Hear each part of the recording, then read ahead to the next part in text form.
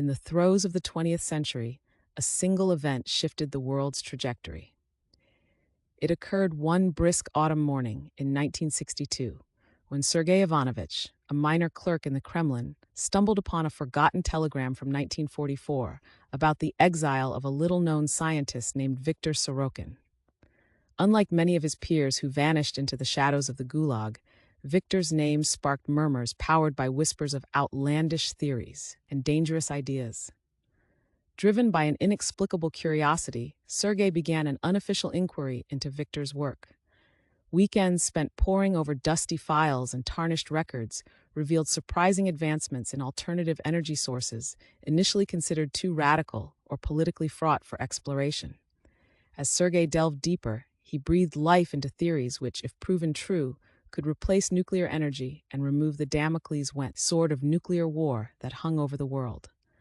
Sergei's findings eventually caught the eye of an influential general who saw the potential for not just military superiority, but also unequivocal economic dominance. Under direct orders from the highest echelons of the Soviet government, Viktor Sorokin was unearthed from obscurity and reinstated at a newly established clandestine research facility east of Moscow, dubbed New Moscow. It wasn't long before New Moscow ascended as a cryptic nucleus of innovation, drawing scientists from across the Union. By 1980, the Soviet Union unveiled the Atomnaya Ilyuzia, the first power plant using Viktor's enigmatic quantum vacuum energy system, a clean and powerful alternative to both nuclear fission and fossil fuels. It promised an end to energy scarcity and could power tens of thousands of homes with little to no environmental impact. Europe, still divided and competing for diminishing oil reserves, watched in stunned envy. The unveiling of Atomnaya Ilyuzia unraveled the global energy market. Countries addicted to oil and nuclear energy faced economic conundrums, while the Soviet Union experienced an economic swell. The new technology was a whisper of progress, touching even the most remote villages across the vast reaches of Russia's territories, bringing with them light, heat, and technology previously thought unimaginable. In this alternate world, the Cold War thawed not because of diplomatic negotiations or the collapse of regimes, but from the overwhelming tide of shared technological advancement. With prosperity no longer tethered to oil wells or uranium mines, the world pivoted towards an unexpected alliance. By 1992, the U.S., faced with the potential of being left in the technological Stone Age, approached the Kremlin with the olive branch of scientific cooperation, leading to the establishment of the International Quantum Energy Organization, IQEO. This organization, spearheaded by both former rivals, worked on not only refining and distributing quantum vacuum energy, but also on peacekeeping efforts boosted by the abundance of resources. Children in this timeline learned about the world differently.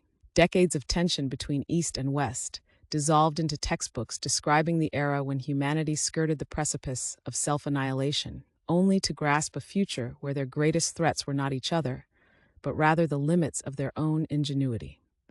Cities like New Moscow symbolized hope, a beacon that demonstrated the unimaginable can not only be imagined but achieved.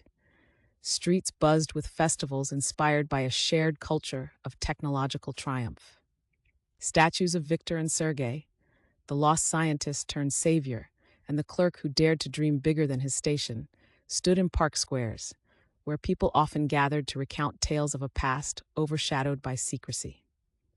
As the world embraced the dawn of a new era, led by the energy revolution from a forgotten corner of the Soviet Union, nations grew interconnected not by their fears but by their aspirations.